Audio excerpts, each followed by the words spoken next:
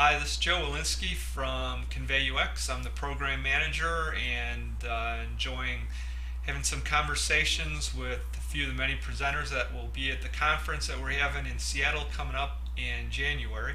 And today I am speaking with Jon Kolko. Hello, John. Hi there. How are you, Jim? Everything's good. Where are you talking to us from today? I'm here in Austin, Texas. And how's everything going in Austin? It's good. It's starting to be fall in Austin. That means that it's 40, so we all try our heat for the first time. Well, I thought we'd chat a little bit about the types of things that you're involved in. I know there's at least a couple of things. So why don't you tell us about the organizations that you work with and the type of things that you're involved with? Yeah, sure. So, I wear a couple hats, balance a couple things. I spend a little bit of my time running a school called Austin Center for Design, which is sort of a non-conventional one-year program for people who want to get to be interaction design practitioners, typically with a focus on social entrepreneurship. Um, and and that's a school that we started about 5 years ago. We had a number of cohorts go through that, and that takes up some time. And then the rest of my time is spent at a company called Blackboard, it's a software company. I'm the VP of design there. And I joined Blackboard as a result of an acquisition of a startup that I was at. So back in December, the startup MyEDU got purchased by Blackboard. And the focus of MyEDU is on helping college students succeed in college and get a job. And we subsequently rolled that into some of Blackboard's core product suite. Well, it's somewhat unique for an independent person to be starting a program like your interaction design program. What was the what's the overall theme for your program, and how did that come about? Yeah, it's a good question because you're right. It's been not very traditional. When we started it, the Texas Workforce Commission, which certifies us, was sort of confounded. What is this thing that teaches design, and what is this design thing? We don't really understand it, so we spent a lot of time educating them on it. But it came about actually as a result of my having worked at a number of different institutions. I worked at Savannah College of Art and Design and established an interaction design and industrial design program there, and I taught at University of Texas here in Austin.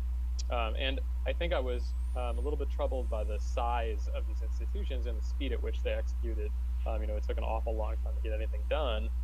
And so, myself and a number of my colleagues at Frog Design felt we could move a lot faster, and we could change our curriculum to focus on problems that matter, really spending time dealing with social humanitarian problems rather than focusing only on, sort of things that will get you jobs.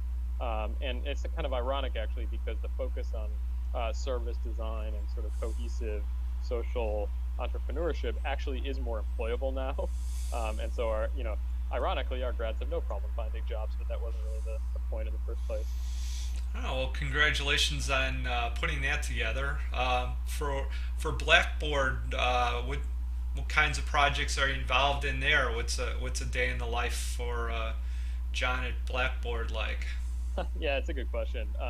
The acquisition of MyEDU, we had about 24, 26 people there, so it was small. It was a startup, and Blackboard has like 2,000 employees or 1,800 or something like that. So it's a real big culture change.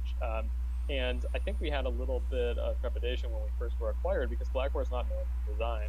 For 14 or 15 years of the company's history, we got by selling rich functionality, but not necessarily experience or interaction, because that was what institutions were purchasing. But there's a shift, just like there is in a number of other industries, where students are consumers, right? Students have the ability to make choices. And so just because the institution has bought something doesn't mean the students are going to use it. They're going to use what's better. So in the case of learning management software, if the LMS tool isn't very good, they're going to use Google Docs or they're going to use Office 365. And so what we're focused on now is on making products for students directly, which means that they have to be much more feature sort of usable in a very traditional sense, but they also just need to be rich and enjoyable. Students have come to understand what Facebook or Instagram or Paper are like, and they're expecting that out of all software now. So we're heads down on producing mobile software for students. Specifically, actually, we're doing sort of all the platforms: iOS, Winmo, and Android on both tablet and phone form factors. And really driving a more cohesive, integrated, useful, and desirable product line, which is, a first for Blackboard, but it's really, really exciting to build out a team in Austin that does that. I'm sure you're always being confronted with new technologies and having different thoughts about the design of the things you're involved in. Are there any particular topic areas that really have you that you're really excited, interested in about now? Yeah, there's probably two. One is on a big, broad level, and the other is much more detailed. On the broad level, we're driving a lot of the design work we do through behavioral insights, which means that we end up spending a real long amount of time, a disproportionate amount of time, with the people who are going to use the software. And so that's students and faculty. And we spend time watching them do their work. So, instead of just doing an interview or a survey, like we'll spend hours with faculty members watching them put together their syllabus, or hours with students watching them do their homework. And that really starts to drive a much more empathetic perspective on what software we should be building, what's the right product to build. And at a big strategic level, that's really exciting because that means, design has always whined about not having a seat at the table. Now we have a seat at the table. Right now we're making strategic decisions. On a much more granular level, we're trying really hard to get our software sort of out of the way, and make content rich sort of starter for students, because that's really what they want to get to quickly. And so when you think about brandable elements, there's not a lot of like a decoration or aesthetic.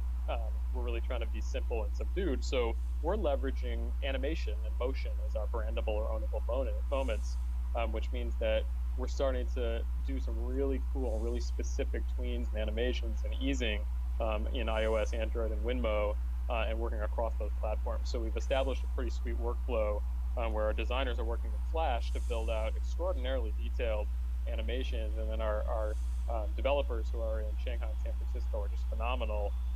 They're delving into specific keyframes and looking at really small nuances. So it's fun for me. I get to sort of play at a big 10,000-foot level, and then also zoom in on little nits.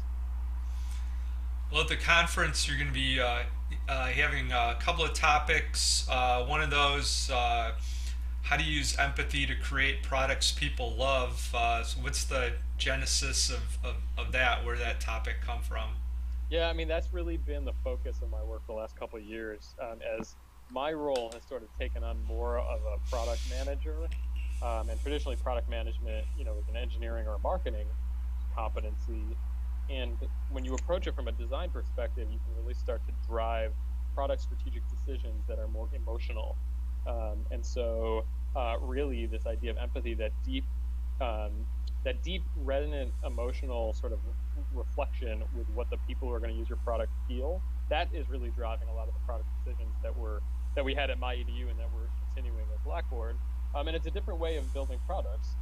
It has a whole bunch of different methods and processes. It also means that you change the way you talk about features and functions and capabilities. And in support of the talk that I'll be giving at the conference that I'm pretty excited about, I've also got a new book out from Harvard, which is the same topic. It's called Well Designed, and it's about how you leverage empathy to create great products. Well, the other topic that you're going to be doing is a mini workshop in our Saturday workshops, methods of design synthesis. And so, what can people expect from that?